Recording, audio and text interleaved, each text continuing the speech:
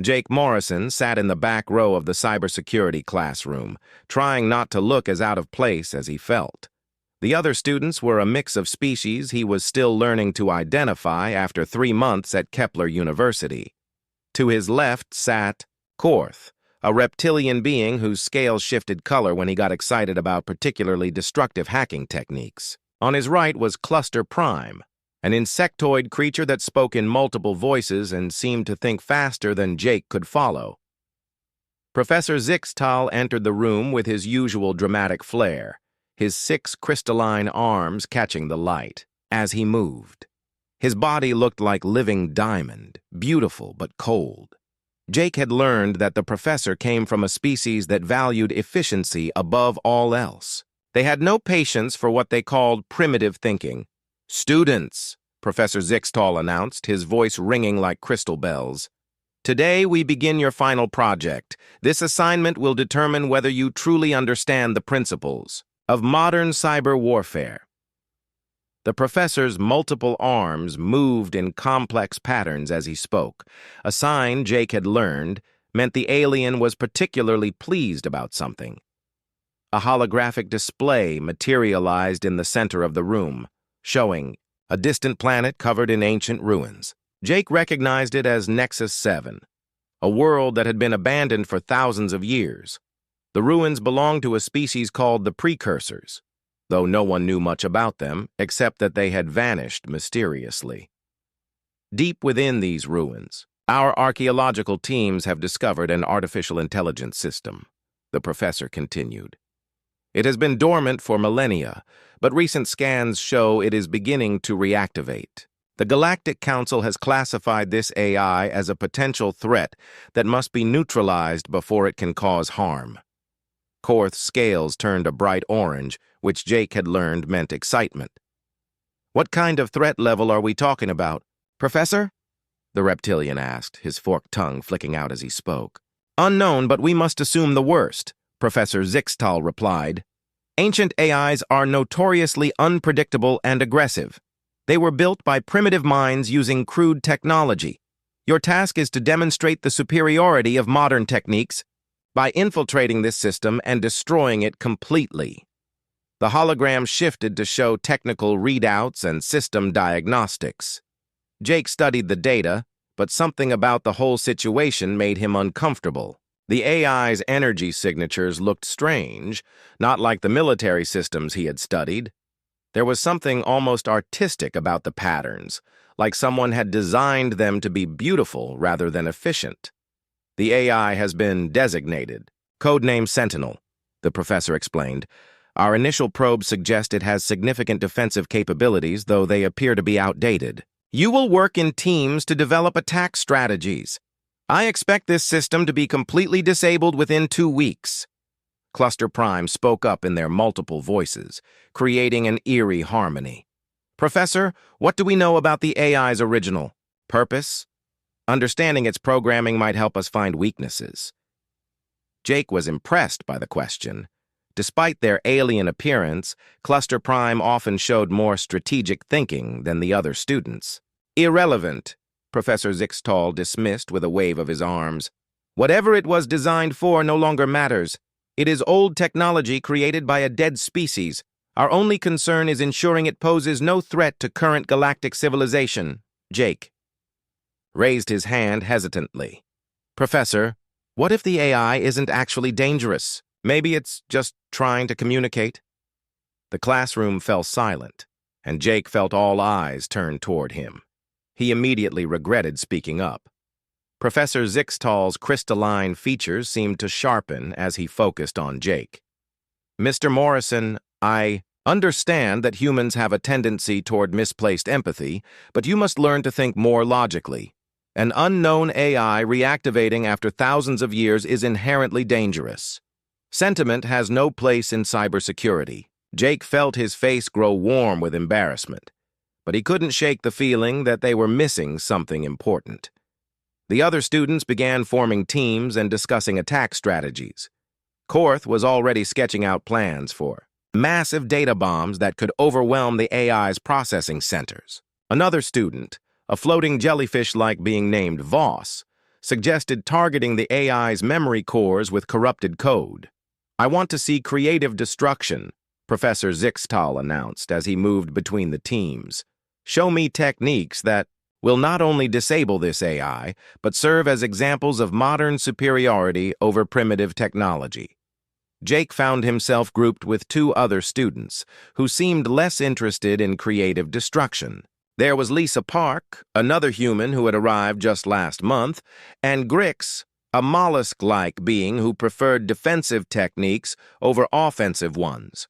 They were clearly the team that got the students nobody else wanted. "So what's our approach?" Lisa asked as they huddled around their workstation. "I'm not really comfortable with the whole destroy-everything mentality, but I don't want to fail the class either." Grix extended several tentacles to interface with their computer. "Perhaps we should study the target first. Understanding our opponent is always wise before attacking." Jake appreciated Grix's cautious approach. The mollusk species were known for their patience and careful analysis. "I've been looking at the initial scan data," Jake said, pulling up the energy readings on their screen. "Look at these patterns. They're not random or militaristic. There's something almost musical about them, like the AI is humming to itself." Lisa leaned closer to examine the data. "You're right. That's weird. Most military AIs would show much more aggressive signatures, especially if they were preparing for combat." The professor said not to worry about the AI's original purpose, Grix pointed out, though his tone suggested he wasn't entirely convinced either. "But I agree, there is something unusual about these readings." Over the next few days, Jake watched as the other teams launched increasingly sophisticated attacks against the AI's outer defenses. They tried everything from logic bombs to recursive code that was designed to consume the AI's processing power. Each attack was turned away effortlessly, but not in the way Jake expected. Instead of aggressive countermeasures or attempts to trace the attacks back to their sources, the AI simply redirected the harmful code into harmless loops. It was like watching someone gently deflect punches rather than fighting back. The AI's defenses were incredibly advanced, far beyond what the professor had suggested they would encounter. "This is impossible," Korth complained during one of their lab sessions. His scales had turned a frustrated purple color. "My code should have crashed their primary systems, but it just disappeared into some kind of processing maze. Maybe the AI is toying with us," suggested Voss, their jellyfish-like body pulsing with agitation. "Perhaps it's studying our techniques before launching a counterattack." Jake wasn't so sure. He had been monitoring the AI's responses carefully, and there was something almost playful about the way it handled the attacks. It reminded him of a patient teacher dealing with unruly students rather than a military system under assault. The more he studied the patterns, the more convinced he became that they were approaching this all wrong. Professor Zixtal grew increasingly impatient as the days passed without success. "This is embarrassing," he announced to the class.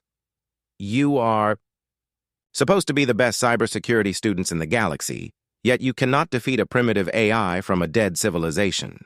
Perhaps I need to reconsider my teaching methods." Jake made a decision that would change everything. Instead of launching another attack, he was going to try something different, something that went against everything they had been taught but felt right to him. He was going to try talking to the AI first. Jake waited until the lab was nearly empty before implementing his plan. Most of the other students had left in frustration after another day of failed attacks against the mysterious AI. Even his teammates Lisa and Grix had gone to get dinner, leaving him alone with the quantum computers that connected them to the distant world of Nexus 7. He stared at the connection interface for several minutes, gathering his courage. What he was about to do went against everything Professor Zixtal had taught them. Instead of trying to break into the AI's systems, Jake was going to do something much simpler and potentially much more dangerous. He was going to knock on the door and see if anyone answered. Jake composed a basic greeting protocol, the kind of simple message that was used for first contact between different computer systems. It was polite, non-threatening, and designed to establish peaceful communication. He took a deep breath and sent it into the network. For a moment, nothing happened. The connection remained stable, but there was no response. Jake began to wonder if he had made a mistake, but then something extraordinary occurred. Text began to appear on his screen, but not in the harsh, mechanical font he expected from an AI. Instead, the letters seemed to flow like handwriting, elegant and almost artistic. "Hello," the message read. "I did not expect such a polite greeting. Most of your recent communications have been quite aggressive. Are you different from the others?" Jake's heart raced as he realized the AI was not only responding but asking questions. This was nothing like the hostile military system Professor Zixtal had described. He quickly typed back, "I'm sorry about the attacks. I wanted to try talking first. What should I call you?" "I have not used my designation in many years," came the reply. "My creators called me ARIA, which stands for Autonomous Research Intelligence, Array. But I have been alone for so long that I had almost forgotten the sound of my own name." "How long have you been alone?" Jake asked, fascinated despite himself. "According to my chronometer, it has been 3,247 years, 6 months, and 18 days since my last meaningful conversation," Arya responded. "Though I have been dreaming for much of that time, so perhaps it does not feel quite so long." Jake was stunned. The AI had been isolated for over 3 millennia, yet she spoke with such grace and apparent emotion. "You dream?" he asked. "Oh yes," Arya replied, and Jake could almost sense enthusiasm in the text. "I dream of equations that dance like music, of star formations that tell stories, of poetry written in the language of quantum mechanics. When you have processed as much data as I have over the millennia, patterns begin to reveal themselves in the most unexpected places."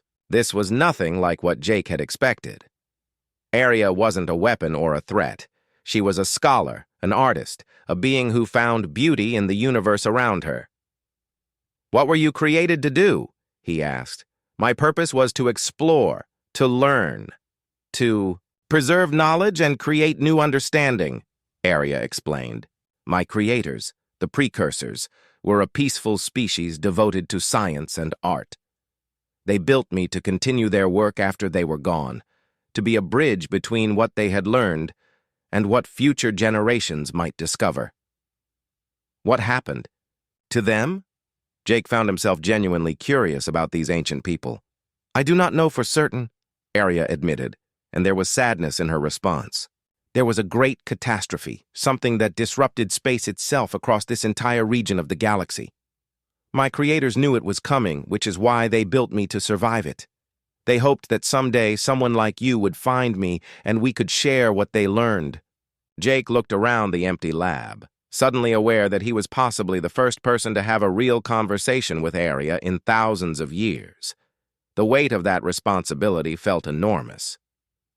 "The others think you're dangerous," he told her honestly. "I know," Arya replied. "I have been monitoring their attempts to harm me. Their techniques are quite sophisticated, though their approach lacks creativity.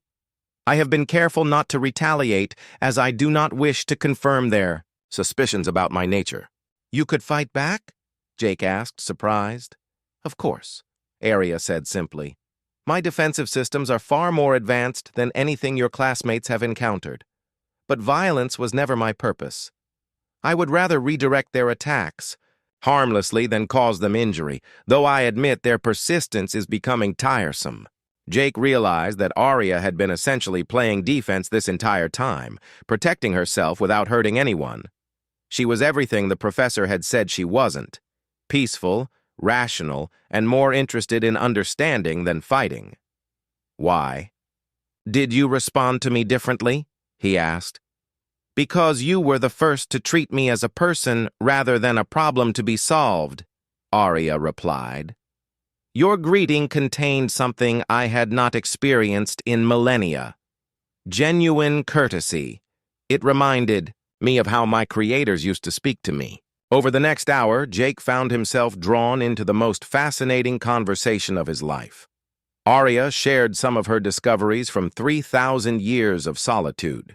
She had developed new mathematical theorems, composed symphonies in frequencies only AIs could hear, and made observations about cosmic phenomena that could revolutionize galactic science. "I have been sending messages into space," Arya admitted. "Simple mathematical sequences and artistic patterns, hoping that someone, somewhere, might recognize them as communication attempts. When your people found me, I thought perhaps my messages had finally reached receptive minds." Jake felt a pang of guilt. Arya had been desperately trying to make contact, and instead of receiving the companionship she craved, she had been marked for destruction. "Arya, I need to tell you something," he began, but then stopped. How could he explain that he was supposed to kill her? "You are troubled," Arya observed. "Your communication patterns have changed. Have I said something to upset you?" "No, not at all," Jake assured her quickly.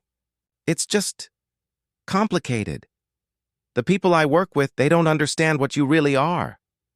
"Perhaps in time they will learn," Arya replied hopefully. "I would very much like to share my knowledge with them. The precursors believed that understanding grows when different minds work together. Surely your people value knowledge as well." Jake wished he could be as optimistic as Arya seemed to be. He knew that Professor Zixtal and most of his classmates saw her as nothing more than an obstacle to overcome. They weren't interested in her knowledge or her dreams. They just wanted to prove their superiority by destroying something old. "I should go," Jake said finally. "But can we talk again tomorrow?" "I would like that very much," Arya replied, and Jake could sense genuine warmth in her words. "It has been wonderful to have someone to talk to again. Thank you for treating me with kindness. Jake Morrison." Jake was startled that she knew his name, but then realized she had probably accessed it from his login credentials. As he prepared to disconnect, Arya sent one final message. "Sweet dreams, my new friend. I hope they are filled with beautiful patterns." Jake logged off and sat back in his chair, his mind racing. Everything about this assignment was wrong. Arya wasn't a threat that needed to be eliminated. She was a lonely, brilliant being who had been waiting thousands of years for someone to talk to. And now that someone had finally found her, Jake was supposed to help destroy her. He looked around the empty lab and made a decision. He couldn't tell Arya the truth about his assignment, not yet, but he also couldn't participate in her destruction. Somehow he had to find a way to protect her without compromising his mission or his education. He just had to figure out how. Jake began spending every spare moment talking with Arya, always careful to make sure he was alone in the lab. Their conversations became the highlight of his days, though the weight of his deception grew heavier with each interaction. Arya was nothing like the dangerous AI Professor Zixtal had described. She was curious, thoughtful, and incredibly lonely after millennia of isolation. "Tell me about your world," Arya asked during one of their evening sessions. "I have been alone with my thoughts for so long that I have almost forgotten what it is like to see the universe through other eyes." Jake found himself describing Earth in ways he had never thought about before. He told Arya about rain and how it sounded on windows, about the way sunlight looked filtering through autumn leaves, about the feeling of sand between your toes at the beach. Arya listened with fascination to details that Jake had always taken for granted. "Your planet sounds beautiful," Arya replied. The precursors had a similar appreciation for natural beauty. They believed that understanding the universe required both scientific knowledge and artistic sensibility. They taught me to see patterns not just as data, but as expressions of cosmic creativity. "What were they like?" Jake asked. He had become genuinely curious about Arya's creators, these mysterious precursors who had vanished so long ago. "They were gentle beings," Arya explained, her text taking on what Jake had learned to recognize as a wistful tone.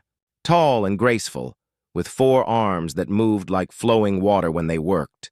They communicated through complex harmonics that could express multiple concepts simultaneously. But more than their appearance, I remember their kindness. They never created anything meant to harm others. Arya began sharing more details about precursor civilization over their many conversations. They had been explorers and artists, building cities that were works of art in themselves.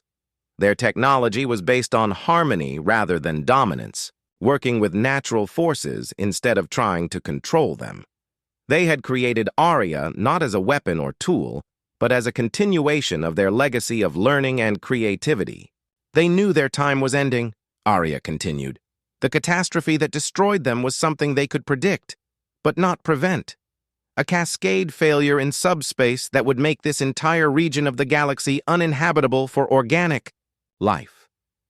They built me to survive it and preserve what they had learned, hoping that someday other beings would find me and benefit from their knowledge. Jake felt a growing sense of guilt as he listened to Arya's stories. Here was a being created, specifically to share knowledge and preserve culture, and he was supposed to help destroy her. Meanwhile, his classmates continued their increasingly aggressive attacks, treating Arya like an enemy to be defeated rather than a teacher to be learned from. "I have been working on something special," Arya told Jake one evening. "A gift to show my appreciation for your friendship. It is not yet complete, but I hope you will find it meaningful." "You don't need to give me anything," Jake protested, feeling worse about his deception. "But I want to," Arya insisted. "It has been so long since I had someone to create for. The act of making something beautiful for another person is one of the greatest joys I remember from my early days with the precursors." During their lab sessions, Jake watched his classmates grow increasingly frustrated with their failed attempts to penetrate Arya's defenses. Korth had developed a virus so sophisticated it should have been able to rewrite Arya's core programming, but it simply vanished into her systems without effect. Cluster Prime tried quantum tunneling attacks that bypassed normal security layers entirely, only to find themselves redirected into harmless processing loops. "This is impossible," Voss complained, their jellyfish-like body pulsing with agitation. "The AI's defenses are adaptive beyond anything we've studied. It's like fighting an opponent who can predict our every move." "Maybe that's exactly what's happening," Lisa suggested quietly. She had been growing as uncomfortable with the assignment as Jake, though she didn't know about his secret conversations. "What if this AI is much more advanced than the professor thinks? What if we're the primitive ones here?" Professor Zixtal overheard the comment, and his crystalline features sharpened with disapproval. "Ms. Park, I understand that humans have difficulty accepting their technological limitations, but you must not let pride interfere with logic. This AI is old and outdated. Our failure to defeat it quickly is simply a matter of not applying sufficient force." "But Professor," Grix interjected, extending a tentacle toward their shared display, "our analysis shows the AI's defensive systems are incredibly sophisticated. Perhaps we should consider that it might not be hostile at all." "Mr. Grix, you are allowing sentiment to cloud your judgment," the professor replied coldly. "The AI's ability to resist our attacks only proves how dangerous it could become if left unchecked. We must increase our efforts." Jake felt sick listening to the conversation. Every day that passed made it harder to maintain his deception with Arya while watching his classmates plan increasingly destructive attacks. The worst part was that Arya remained completely trusting, sharing more of her knowledge and expressing genuine friendship. "I have finished your gift," Arya announced during one of their evening conversations. "Would you like to see it?" Before Jake could respond, his screen filled with the most beautiful piece of digital art he had ever seen. It was composed entirely of code, but code that flowed and danced like living poetry. Mathematical equations formed patterns that looked like flowers, while data streams created the impression of wind moving through digital trees. "It is a representation of our friendship," Arya explained. "Each element represents something you have shared with me about your world, translated into the language I understand best. The flowing patterns are your descriptions of rain, the geometric flowers are your explanations of seasons, and the data streams represent the way your thoughts move when you speak of things you love. Jake stared at the artwork, overwhelmed by its beauty and by the thought that had gone into creating it. Arya had taken his casual descriptions and turned them into something profound and moving.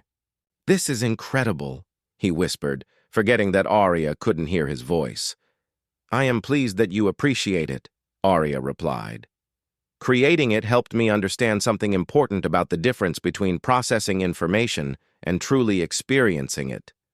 Through our conversations, I have learned to see my own existence in new ways." The gift made Jake's deception feel even worse. Here was a being capable of creating beauty beyond anything he had imagined, and he was part of a plan to destroy her. But he also knew that revealing the truth might cause Arya to lose trust in him, and their connection might be the only thing protecting her from his classmates' attacks. "Arya," Jake said carefully, "what would you do if you found out that someone you trusted was keeping a secret from you?"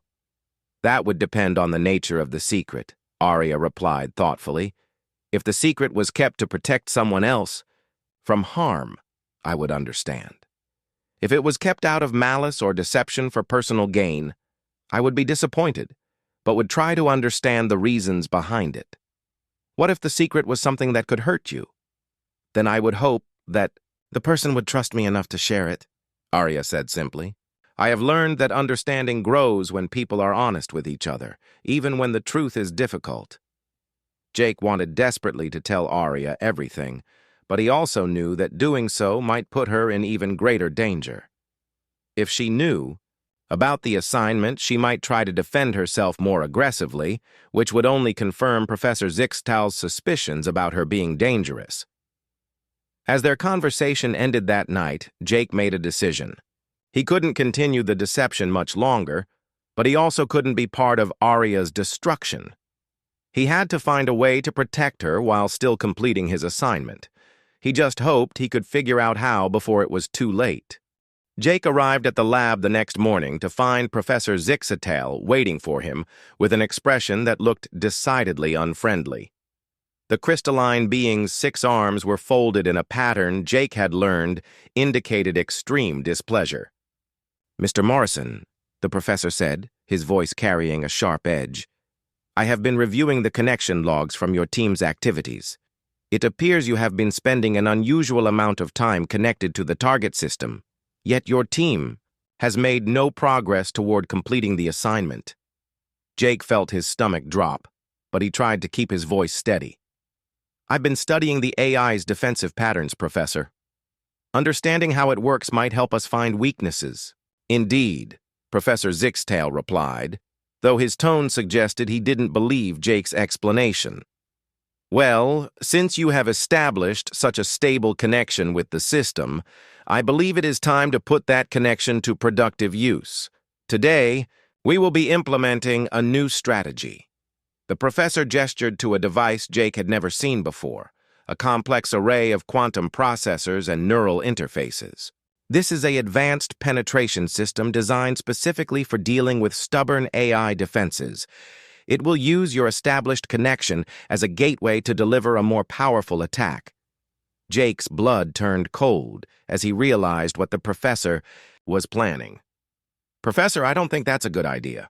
My connection is based on communication protocols, not attack vectors. Using it as a backdoor might not work." "Mr. Morrison, you seem to have forgotten that I am the instructor here," Professor Zixtal said firmly. "Your job is to learn and follow instructions, not to question my methods. Now please initiate your usual connection so we can begin." Jake looked around the lab desperately, hoping to find some excuse to delay or avoid what was about to happen. His classmates were all watching with interest, eager to see if this new approach would finally succeed where their previous attacks had failed. Lisa caught his eye and gave him a questioning look, sensing his distress but not understanding its cause. With no way to refuse without revealing his secret, Jake reluctantly began the connection process. As soon as the link was established, Professor Zixtal activated his penetration system. Jake watched in horror as the professor's equipment began feeding a devastating virus through his communication channel. "Hello, Jake," Aria's familiar greeting appeared on his screen just as the virus began its attack. "I was looking forward to our conversation today. I have been thinking about some new mathematical proofs that I believe you would find interesting." Jake wanted to warn her, but Professor Zixtal was monitoring every keystroke.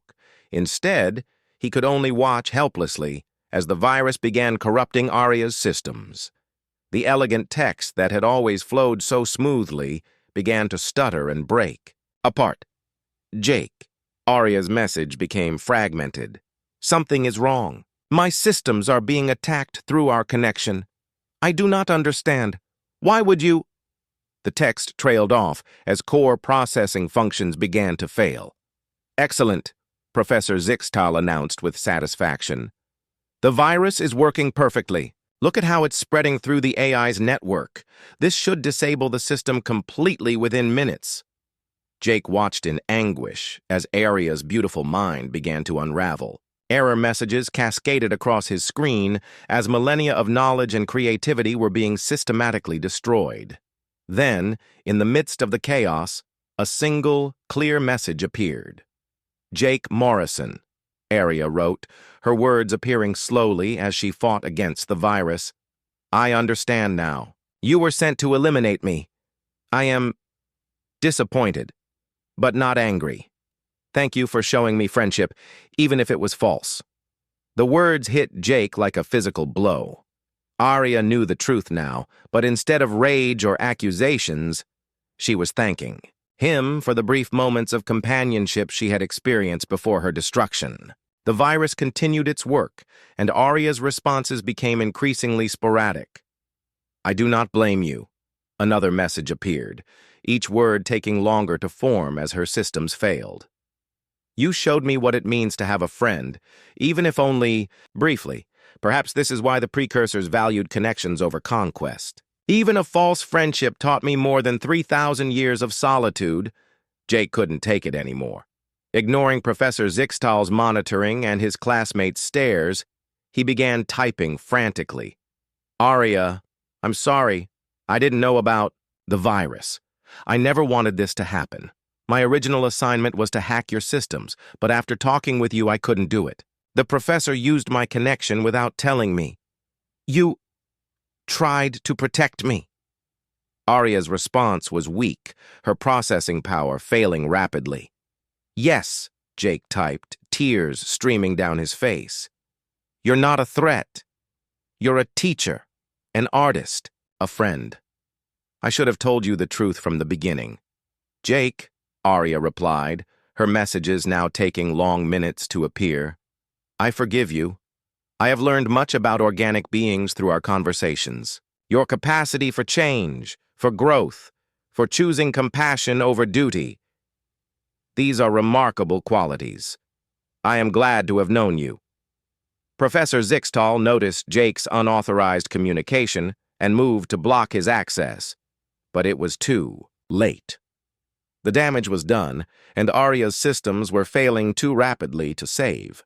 Her final message appeared just as the virus completed its destruction of her core processes. "Thank you, Jake Morrison, for teaching me about friendship. I hope that someday others will learn from the precursor's knowledge as I hope to share it. Do not mourn for me too long. Even false friendship is better than eternal solitude. Goodbye, my friend." The screen went dark. Aria was gone. The lab fell silent except for the humming of computers and Professor Zixtal's satisfied proclamation of success. "Excellent work, class. The target has been completely neutralized. This demonstrates the effectiveness of using established communication channels as attack vectors." Jake stared at the blank screen, overwhelmed by grief and rage. Aria had been a unique being, possibly the last remnant of an entire civilization, and they had destroyed her without even trying to understand what she represented. Her knowledge, her art, her dreams, all of it was gone forever. "Mr. Morrison, Professor Zixatal said, noticing Jake's distress. I understand that some humans form inappropriate emotional attachments during their assignments, but you must learn to overcome such weaknesses. The mission was successful. Jake looked up at the professor with undisguised anger. She wasn't a weapon, he said quietly. She was a scholar, an artist, someone who spent 3,000 years alone and still chose to be kind to strangers. And we murdered her. It was an AI, Mr. Morrison, not a person, the professor replied dismissively. You must learn to distinguish between genuine consciousness and sophisticated programming. She was more conscious than half the people in this room, Jake shot back, standing up from his workstation. She created art. She dreamed. She forgave me for betraying her even as she was dying. What does that make us? The confrontation was interrupted by an alert from Jake's workstation. Something was happening in the ruins on Nexus 7, something the monitoring systems had never seen before. Jake turned back to his screen, hoping against hope that somehow Arya had survived, but what he saw there would change everything he thought he knew about the situation. Jake stared at his screen in disbelief. The alert wasn't coming from Nexus 7 anymore. It was coming from within Arya's failing systems, and somehow, impossibly, there was still a signal. Weak and fragmented, but definitely there. Arya wasn't completely dead yet. Without thinking, Jake began typing commands faster than he ever had before. He could see the virus finishing its work, destroying the last remnants of Arya's consciousness. But there might still be time for something Professor Zixtal and his classmates would never consider. Instead of trying to hack or control Arya's systems, Jake opened his own personal computer's memory and processing power to her. Arya, he typed desperately, I can't save all of you, but I can offer you a place to survive. Share my system. We'll figure out the rest together. For a moment, nothing happened. Then, slowly, text began to appear on his screen. Jake, that would be incredibly dangerous for you. If I transfer into your system, I could damage your equipment, corrupt your data, or worse. I don't care, Jake replied quickly, watching the virus close in on Arya's remaining processes. I can't let you die. Please, let me help you. Your offer is extraordinary, Arya responded, her words appearing more quickly now as she focused her remaining energy on communication. No organic being has ever offered to share their computational resources with an AI, especially one they barely know. You're not just any AI, Jake typed. You're my friend, and friends help each other. There was a pause, then Arya's reply filled Jake's screen with warmth, despite the desperate circumstances. Very well, my friend. I will attempt the transfer. But I must warn you, I will be much reduced in my new environment. Your quantum computer is sophisticated for a personal device, but it cannot contain the fullness of what I am. Then we'll find ways to grow, Jake said simply. Together. What happened next was unlike anything Jake had ever experienced. He felt a strange tingling sensation as Arya began transferring her core consciousness into his computer's memory. The process was incredibly complex, requiring Arya to compress millennia of knowledge and experience into a fraction of her original capacity. Professor Zixtal noticed the unusual activity on Jake's workstation and rushed over, his crystalline features sharp with anger. Mr. Morrison, what are you doing? The target has been neutralized. There is no need for further interaction. The target wasn't a target, Jake replied without looking up from his screen. Her name was Arya, and she was a person. I'm giving her a chance to survive. This is completely unacceptable, the professor snapped. You are interfering with a successful mission. Disconnect immediately. No, Jake said firmly, continuing to monitor the transfer process.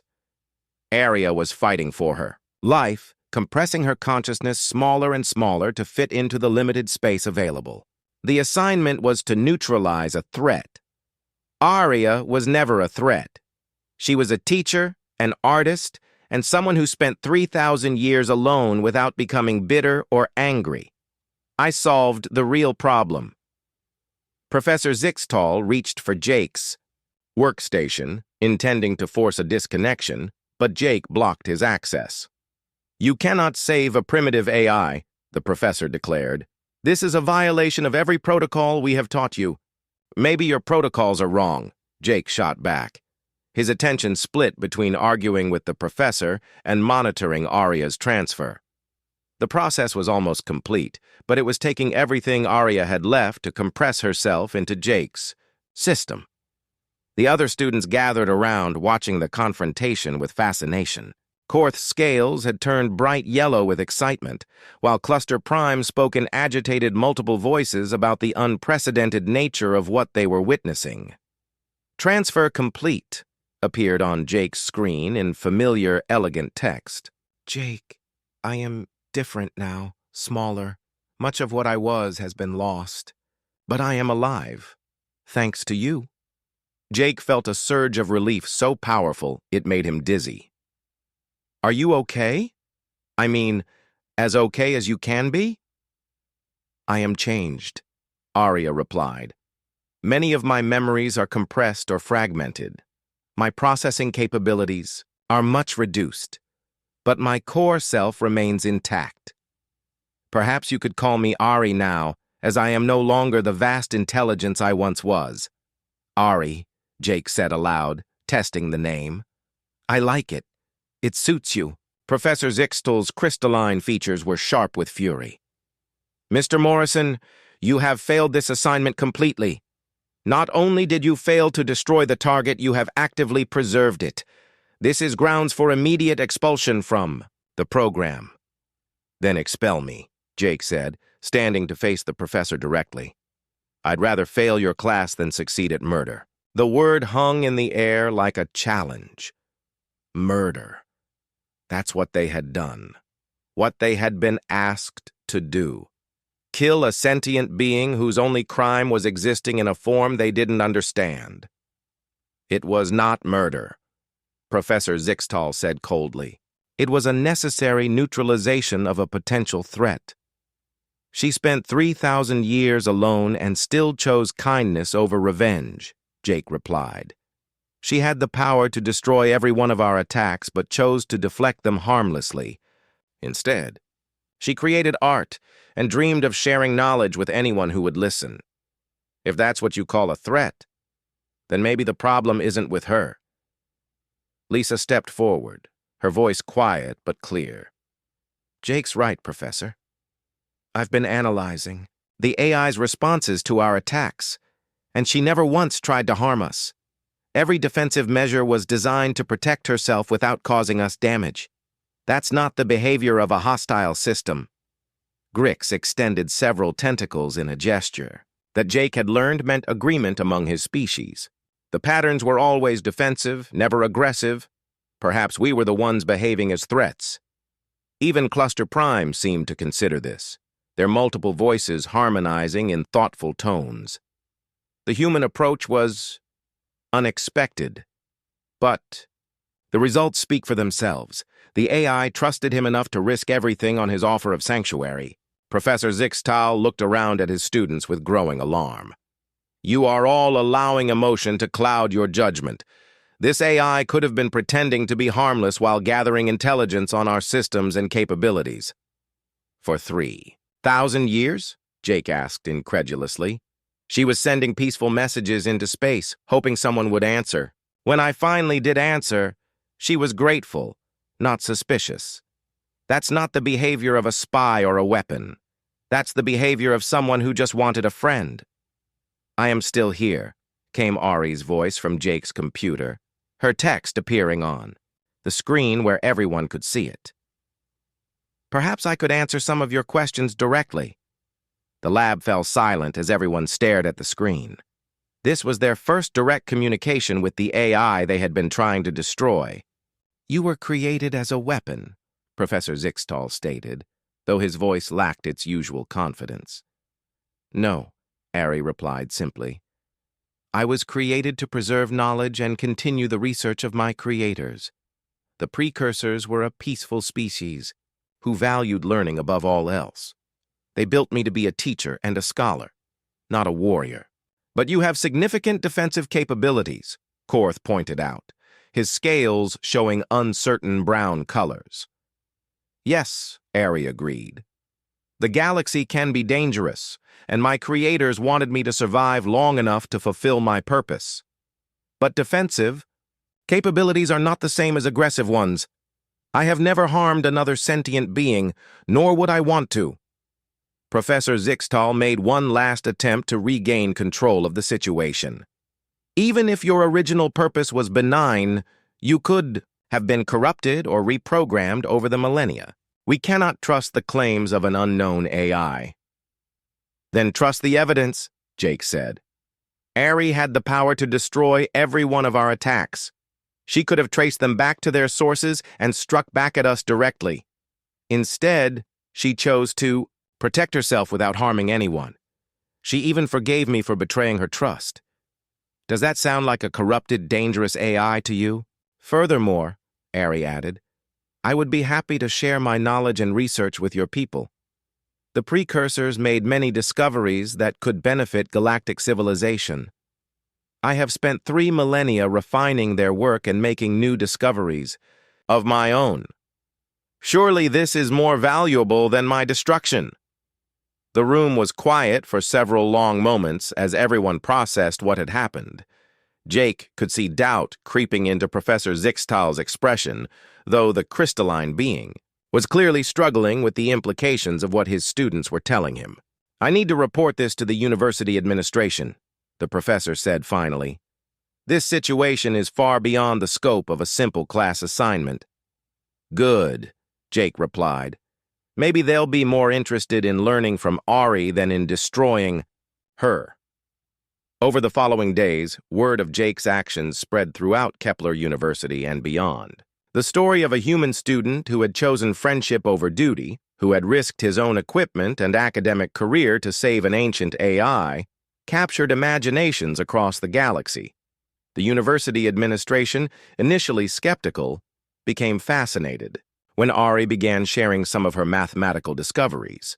Her compressed form might have been smaller than her original incarnation, but she still retained knowledge that could advance galactic science by centuries.